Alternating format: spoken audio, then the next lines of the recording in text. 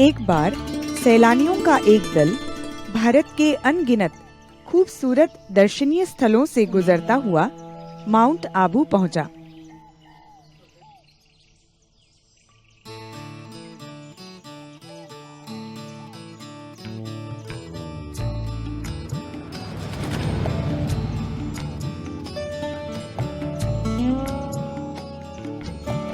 आहा, कितना मनमोहक वातावरण है यहाँ।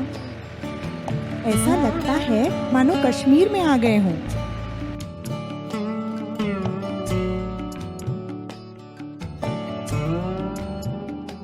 अरे, ये तो किसी राजा के महल जैसा लगता है।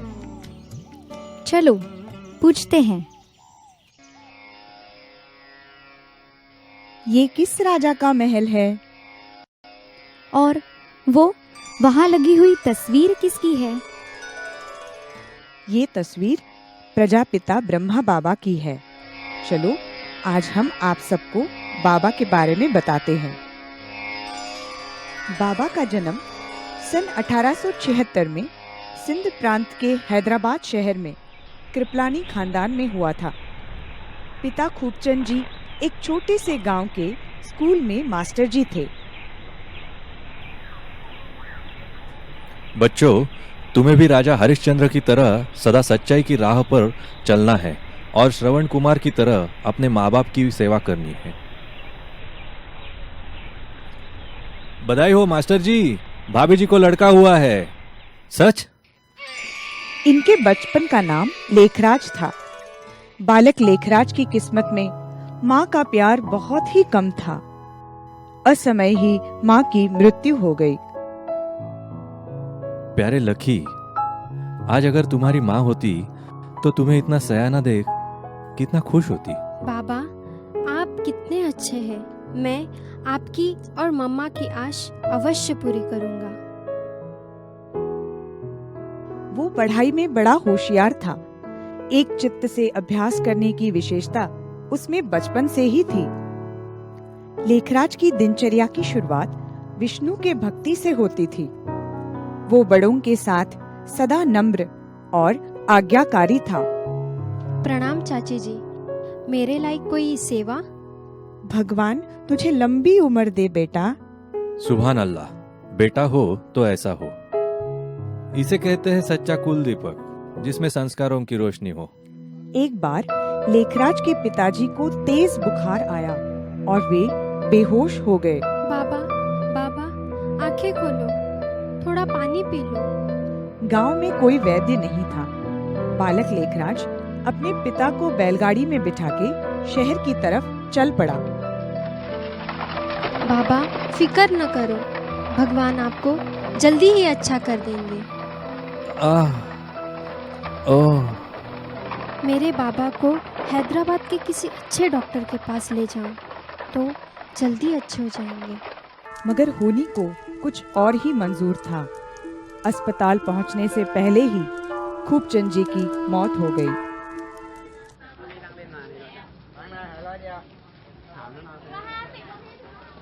पिता की मृत्यु के बाद लेखी बड़े भैया के साथ उनकी अनाज की दुकान संभालने लगा।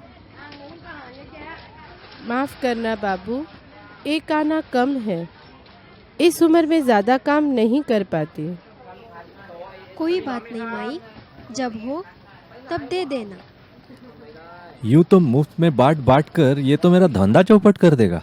घर पहुंचते ही बड़े भैया गुस्से से बरस पड़े। तंग आ गया हूं मैं तेरी इस दरिया दिली से। धंधा दिल से नहीं, दिमाग से किया जाता है। अब मुझे किसी और धंधे की तलाश करनी होगी। फिर वे जवाहरात का धंधा सीखने के लिए बंबई गए।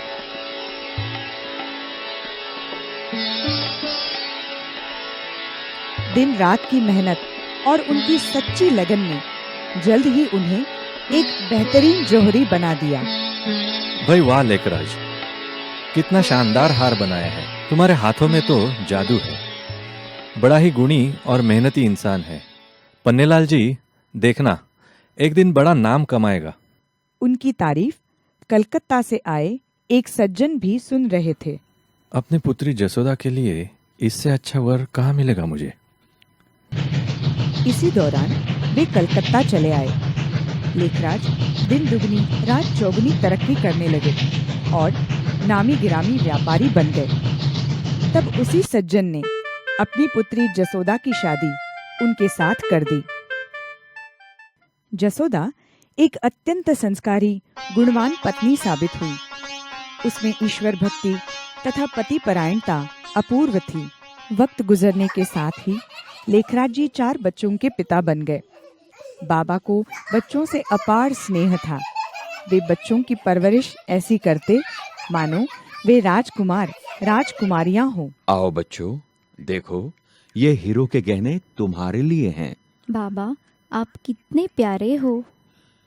पर हाँ, कभी किसी से मांगना नहीं, मांगने से मरना भला। वक्त पंख लगाकर उड़ता गया और देखते ही देखते बच्चे बड़े हो गए। अच्छे घरों से रिश्ते आने लगे। आज तो आपने यहाँ करके हमें कृतज्ञ कर दिया लकीराज बाबू। आपकी बेटी के रूप में मानो हमें संस्कारों का खजाना मिल गया। अब कैसे कहूँ लकीराज बाबू, बस यूं समझ लीजिए कि बरसों की जान पहचान को रिश्तेदारी में बदलना चाहते हैं। आप जैसे नेक इंसान से रिश्ता जोड़कर हमें भी खुशी होगी। लकीराज जी ने बड़ी धूमधाम से बच्चों की शादियां की।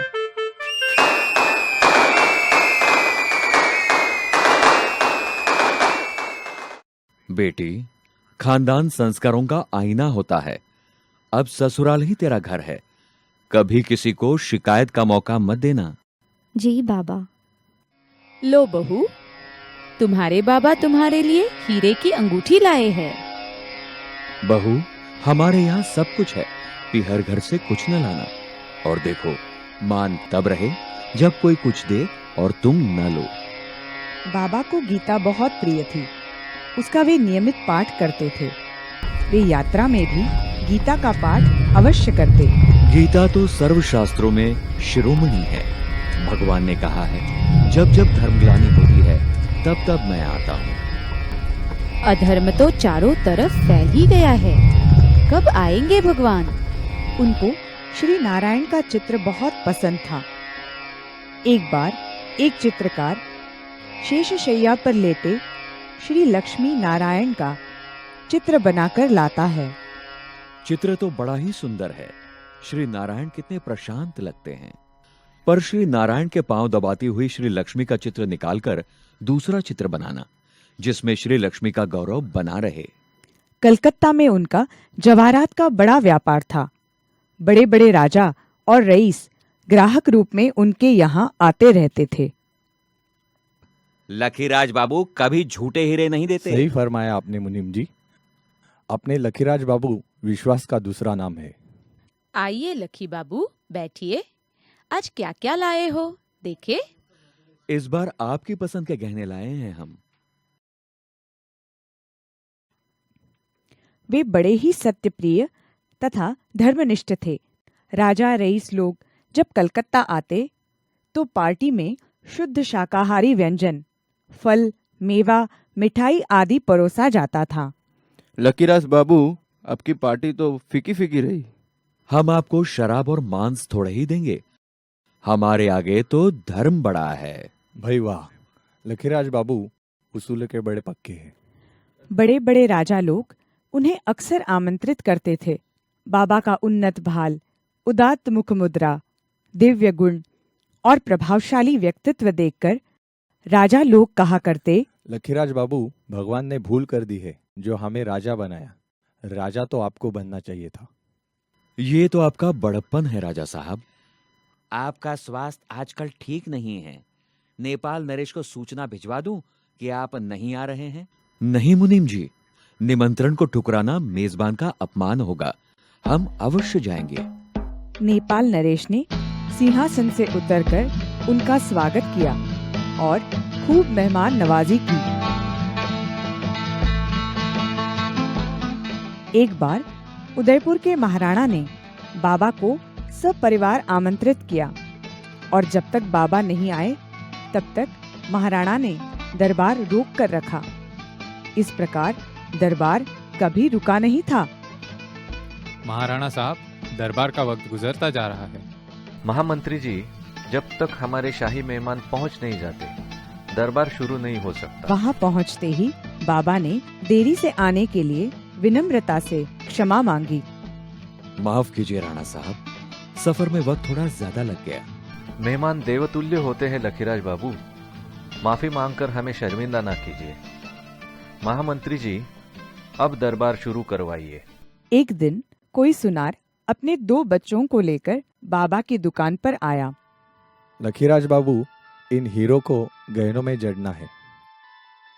सितारों जैसे चमकते कांच के टुकड़े कितने सुंदर हैं। एक पुड़िया ले लूं? अरे, ये तो एक ही पुड़िया है, दूसरी कहाँ गई? उन्होंने किसी से कुछ नहीं कहा। वे किसी पर कभी अविश्वास नहीं करते थे। शायद सुनार के बच्चों ने खेलने के लिए ले ली होगी। बाबा को अपने घर देख सुनार बड़े आश्चर्य में पड़ गया। बाबूजी, आप मेरे घर? तुम्हारे बच्चों को मिठाई देना भूल गया था, सोचा चलो बच्चों को मिठाई दे आऊं। अरे, अब क्या होगा? बाबूजी को मालूम? मीठे बच्चे, तुमने खेलने के लिए दुकान से पुड़िया ली थी ना, वो कहाँ है? मैंने नहीं, बड़े भैया ने ली थी, छत के नीचे रखी है, ले आऊं? अब मुझे ये बताओ, तुम्हें ये हीरे क्यों चाहिए थे? हमने सोचा ये चमकीले कांच के टुकड़े हलवाई को देकर खूब मिठाई खाएंगे। ऐसे बिना पूछे कोई चीज लेना बड़ी गंदी बात होती है प्यारे बच्चे। अब जब भी तुम्हें मिठाई खानी हो तो मुझसे कहना। बाबा मेहमानों का स्वागत ऐसे करते जैसे घर में देवता पधारे हों। अतिथि सत्कार को वे धर्म समझते थे। आइए आइए, आपने हमारा घर पावन किया। बाबा का एक दोस्त बनारस में रहता था। जब अपने परिवार से तंग आ जाता तो बाबा से मिलने चला आता। कितना शांत चेहरा, कितनी प्रेम भरी मूर्ति, कितनी अपूर्व शांति मिल रही है। अरे आओ मित्र, तुम्हें इतने दिनों बाद याद आई मेरी?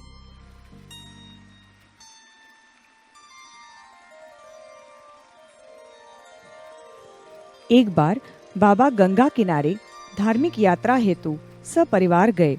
अपनी पुत्र वधू द्वारा ब्राह्मण को बड़ी दक्षिणा दिलाई। 1000 रुपए? दादा, आप तो राजा हो। ये तो आपका हक है पंडित जी, कृपया इसे स्वीकार करें। लखीराज बाबू, जल्दी चलिए, चाचा जी की तबीयत बहुत खराब है। ओह, चलो चलो।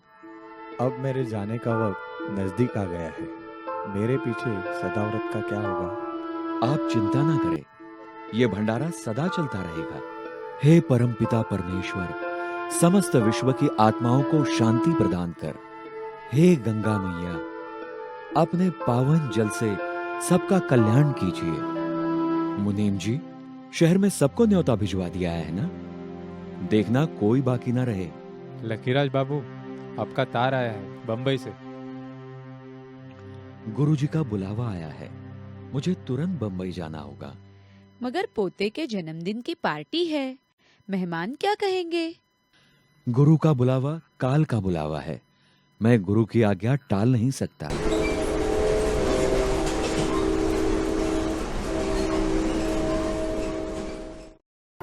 ये गुरु का ही प्रताप लगता है।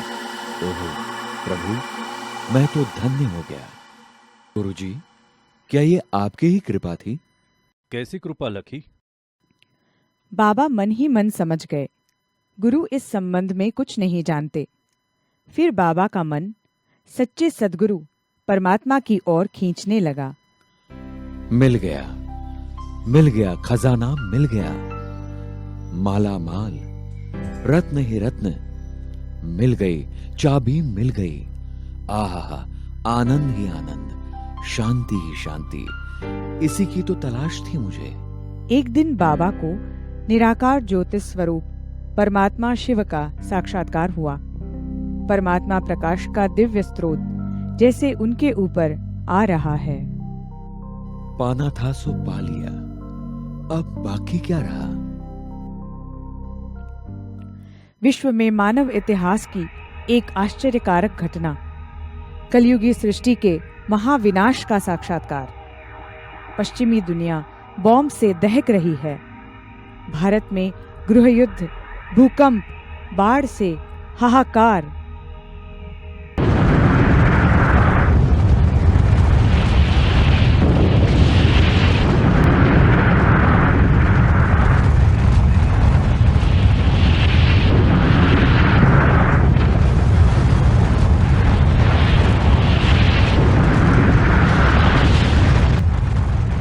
बस करो प्रभु, बस करो।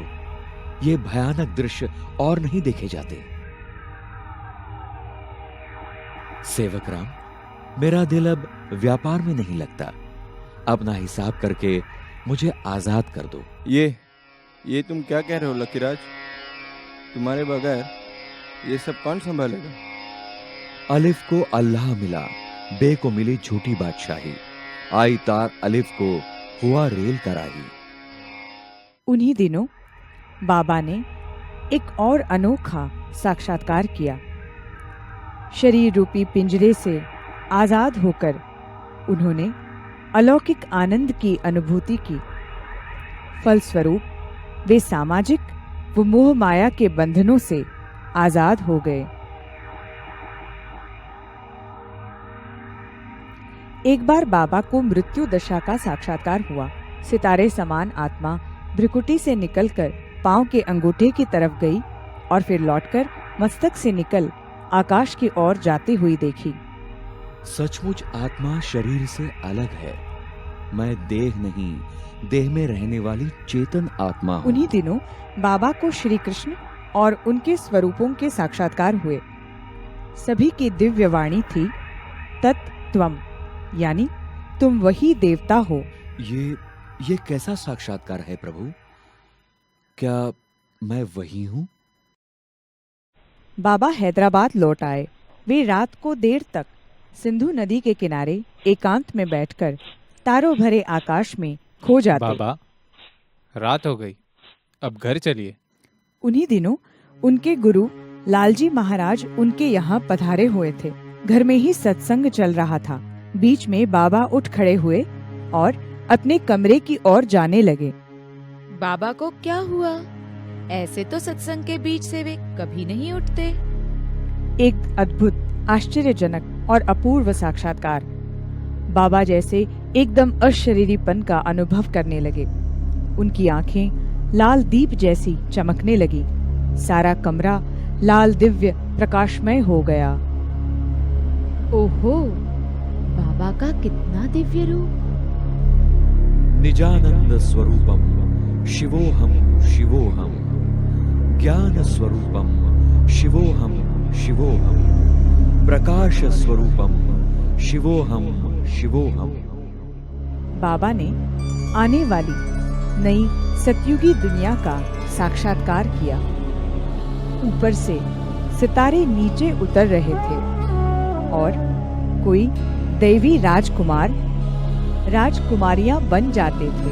ये तो सचमुच बहुत सुंदर, मनमोहक दैवी दुनिया है। बाबा इस साक्षात्कार के बारे में विशेष मंथन करने लगे। बाबा की आंतरिक स्थिति बदलने लगी थी। एक बार उनकी पुत्रवधू भोजन की थाली लेकर उनके कमरे में आई। बाबा के चारों तरफ एक दिव्य प्रकाश उतर रहा था। उसके हाथों से थाली गिर गई। एक बार बाबा की पत्नी जसोदा ने अपने पति में श्री कृष्ण का साक्षात्कार किया और भाव विभोर हो गई। ओह, कन्हैया, मुरली वाला। अब बाबा ने जसोदा निवास में सत्संग शुरू किया। वे गीता को सच्चे अर्थ सहित पढ़ाने लगे। वे बहुत ही तन्मय होकर ओम की ध्वनि बोलते, सुनने वाले ध्यान में चले जाते या गहरी शांति का अनुभव करते। लोगों ने सत्संग का नाम रखा ओम मंडली। मोह माया के बंधनों से ऊपर उठकर समस्त मानव जाति के बारे में सोचना शुरू करो। ओम मंडली में आने वाली कन्याओं और माताओं को दिव्य साक्षात्कार होने लगे। शहर भर में हवा फैल गई। बाबा साक्षात्कार कराते हैं। कृष्ण से साक्षात्कार अपने आप में परम आनंद की अनुभूति है। परमेश्वर को अपने भीतर तलाश करो। इन्हीं दिनों एक सुंदर और गुणवान कन्या राधा ओम मंडली में आने लगी। वो गीत, संगीत और नृत्य में प्रवीण थी। तुम कौन हो? तुम शरीर नहीं, ये शरीर तो 5 तत्वों का बना मिट्टी का पुतला है। तुम एक शुद्ध अविनाशी आत्मा, ईश्वर की संतान हो। कितनी दिव्य और शांतिदायक वाणी है। यही आगे चलकर यज्ञ माता जगदम्बा सरस्वती बनी, जिसे बड़े प्यार से सभी मम्मा बुलाने लगे।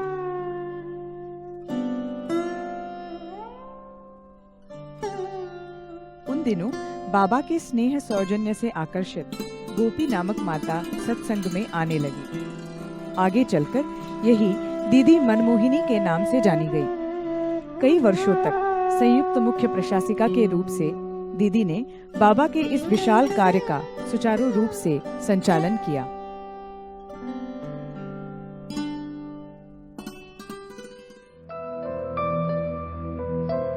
रामा नामक की एक कन्या ने स्वप्न में देखा, मखमली हरियाली वाला विशाल मैदान है और बाल कन्हैया हंसता हुआ इशारे से बुला रहा है।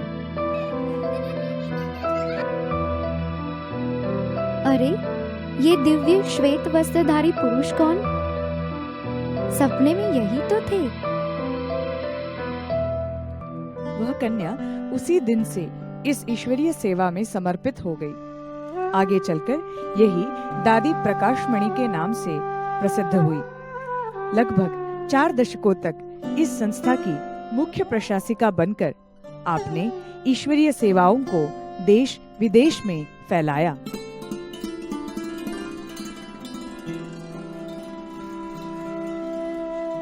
शोभा नामक एक कन्या 9 साल की उम्र में बाबा के बोर्डिंग ओम निवास में दाखिल हुई। शुरू से ही उसका साक्षात्कार का विशेष पार्ट रहा। अलौकिक परमात्मा पालना में पली, मधुर वाणी का वरदान प्राप्त हुई यही कन्या आगे चलकर दादी हृदय मोहिनी तथा गुलजार के नाम से प्रसिद्ध हुई। कई वर्षों से आप दिल्ली जोन की प्रशासिका रही हैं। वर्तमान समय आप इस ईश्वरीय विश्वविद्यालय की संयुक्त मुख्य प्रशासिका हैं। निराकार परमात्मा शिव और प्रजापिता ब्रह्मा का साकार माध्यम बनने का सौभाग्य भी आपको प्राप्त है।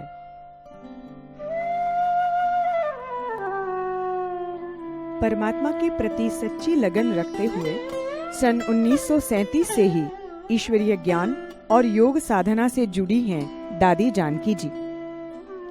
एक बार दादी ने बाबा से पूछा, मैं ज्ञान में देरी से आई हूँ, क्या पुरुषार्थ करूं जिससे अच्छी बन जाऊं? तो बाबा ने उन्हें 12 बार मुरली पढ़ने को कहा। तब दादी ने कहा, बाबा 24 बार पढ़ूंगी तो और अच्छा बन जाऊंगी ना। स्वयं भाग्य विधाता भगवान का हाथ जिनके माथे पर रहा, वो दादी जी उमंग, उत्साह, अथकपन की मूर्ति हैं। ईश्वरीय ज्ञान को सरल शब्दों में सुनाना आपकी विशेषता है। सन 1974 से विदेशों में अनेक सेवा केंद्र खोलने के आप निमित्त बनी। आपको most stable mind in the world के खिताब से नवाजा गया है।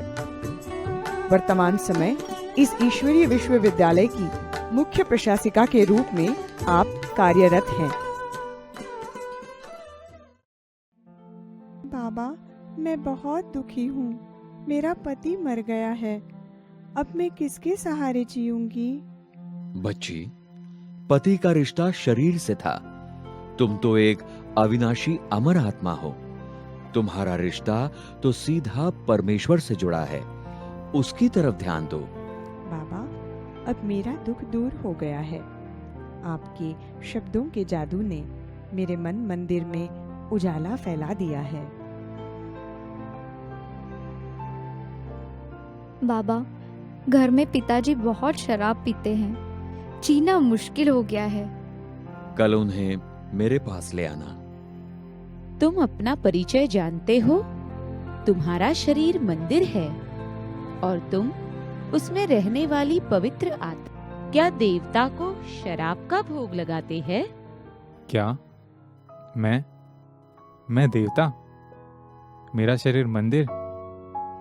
तो मैं फिर शराब कैसे पी सकता हूँ? अरे बड़े भैया, यह क्या कर रहे हो? आप मत पीना। मेरे लिए जो मेरे लिए बुरा वह तुम्हारे लिए भी बुरा।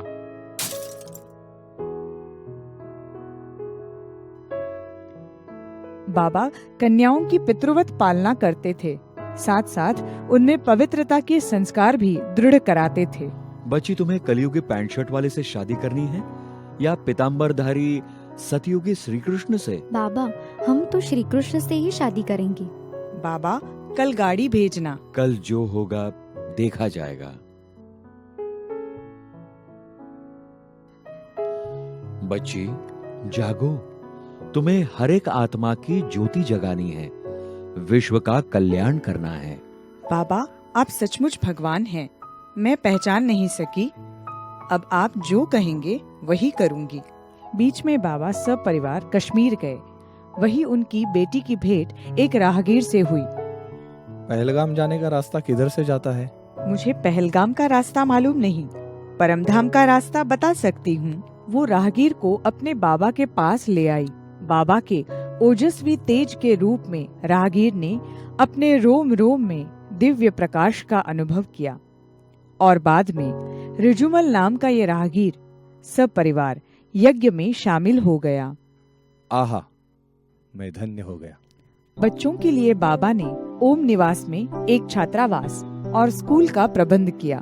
अभ्यास के साथ उन्हें आध्यात्मिक ज्ञान, चित्र, संगीत आदि कलाओं की शिक्षा दी जाती थी। मेरे बच्चों, आप सबको पवित्रता की प्रतिज्ञा लेनी है, लेकिन उससे पहले आप सबको अपने पिता या पति से सम्मति पत्र लाना होगा।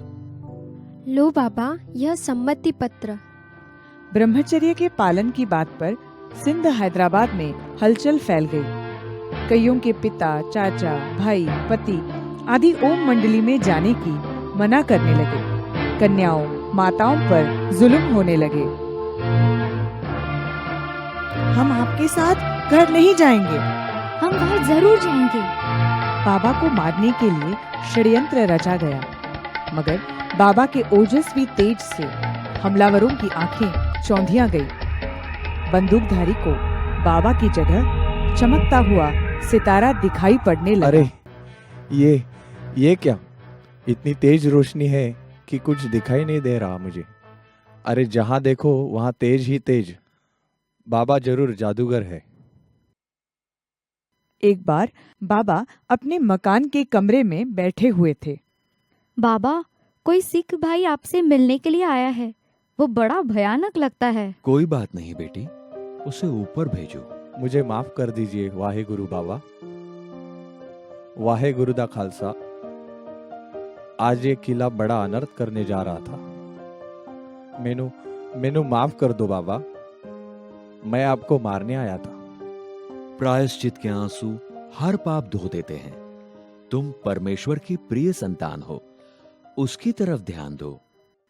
जुल्म की इंतहा करते हुए विरोधियों ने यज्ञ परिवार के सत्संग भवन अर्थात लाखा भवन को आग लगा दी।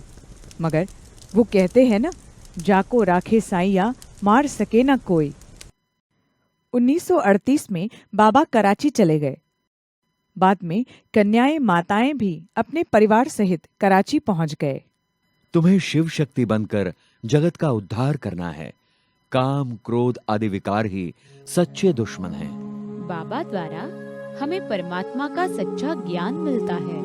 आप सब पवित्रता क्यों चाहती है? पुरुष अगर अपनी पत्नी को विधवा बनाकर, बच्चों को अनाथ छोड़कर परमात्मा प्राप्ति के लिए ब्रह्मचर्य का पालन कर सकता है, तो हम नारियों को पवित्र रहने का अधिकार क्यों नहीं? यह अदालत ओम मंडली की सदस्यों की सोच से पूर्णतः सहमति जताते हुए उन्हें उनकी स्वतंत्रता प्रदान करती है।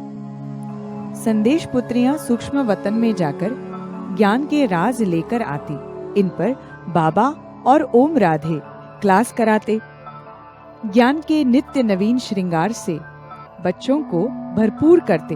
उनमें गुलजार नामक कन्या ने ध्यान में जाकर ज्ञान के अनेक राज खुलते हुए दृश्य देखे।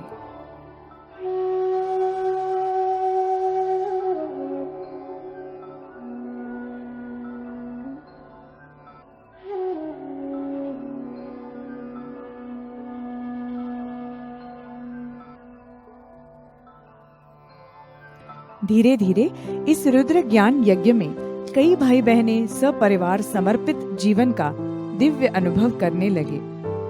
इनमें बाबा का लौकिक भतीजा विश्व किशोर का परिवार और आनंद किशोर, विश्वरतन, चंद्रहास आदि कई आते गए। यज्ञवत्सों की संख्या करीब 350 की हो गई।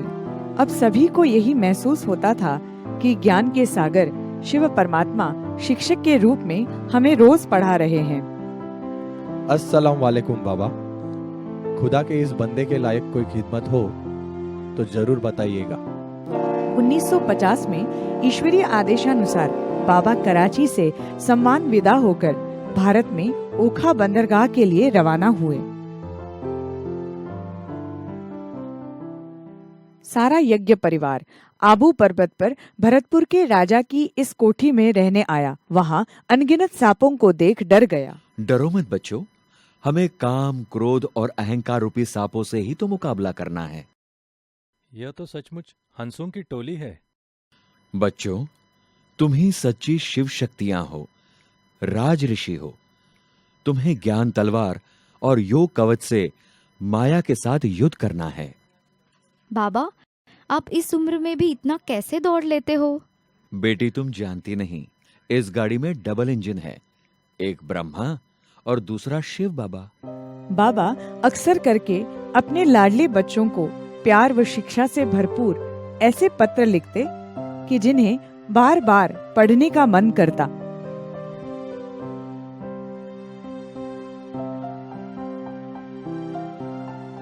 बाबा ने 5 मई 1939 को गांधी जी को एक खत लिखा।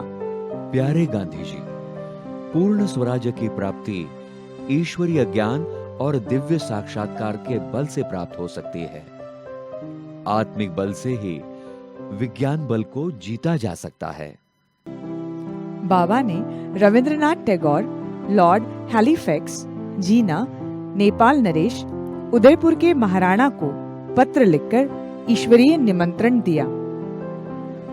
मम्मा सभी यज्ञवत्सों को पुरुषार्थ में आगे बढ़ाती। अपनी आत्म शक्ति को जागृत करो और फिर कोशिश करो खुद को सच्चे अर्थों में पहचानने की। परमात्मा शिव ने तीनों लोकों का राज ब्रह्मा मुख द्वारा बताया। साकारी पृथ्वी लोक, आकारी सूक्ष्म लोक और निराकारी ब्रह्मलोक।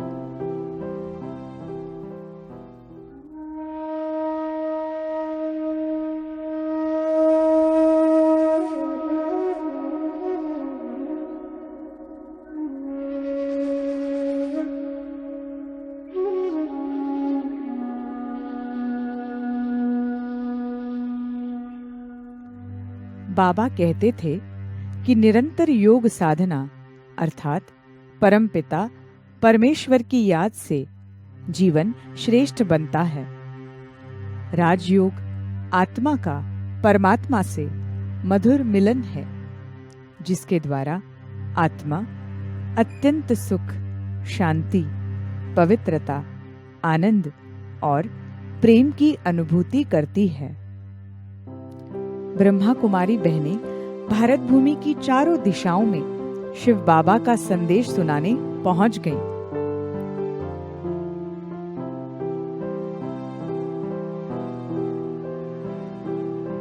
मधुबन, आबू पर्वत, पांडव भवन पर भी मुलाकाती बाबा को एक पल खाली नहीं छोड़ते।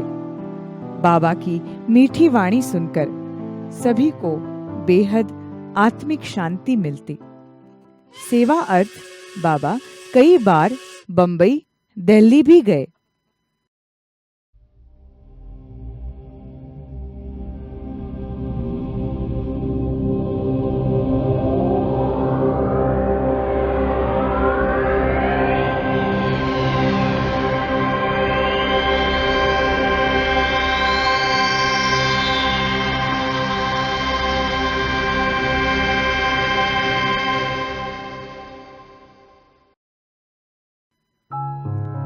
इस प्रकार अपने मन, वचन, कर्म से हर आत्मा में शांति और पवित्रता का बल भरते ब्रह्मा बाबा संपूर्णता को प्राप्त कर 18 जनवरी 69 को अव्यक्त हो गए।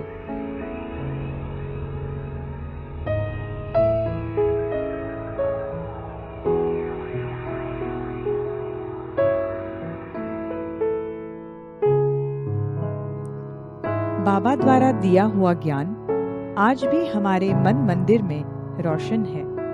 उनकी वो मीठी ज्ञानवर्धक बातें हमें बार बार खुद को बेहतर बनाने की प्रेरणा देती हैं। बाबा कहते थे, प्यारे बच्चों, जीवन मुक्ति आपका जन्म सिद्ध ईश्वरीय अधिकार है। कभी भी किसी को मन, वचन और कर्म से दुख मत दो। दिव्य गुण धारण करो। मुझसे मिले इस अविनाशी ज्ञान के खजाने को समस्त मानव जाति में दिल खोलकर खर्च करो। ज्ञान स्वरूप, प्रेम स्वरूप, शांति स्वरूप, पवित्रता स्वरूप और आनंद स्वरूप बनो।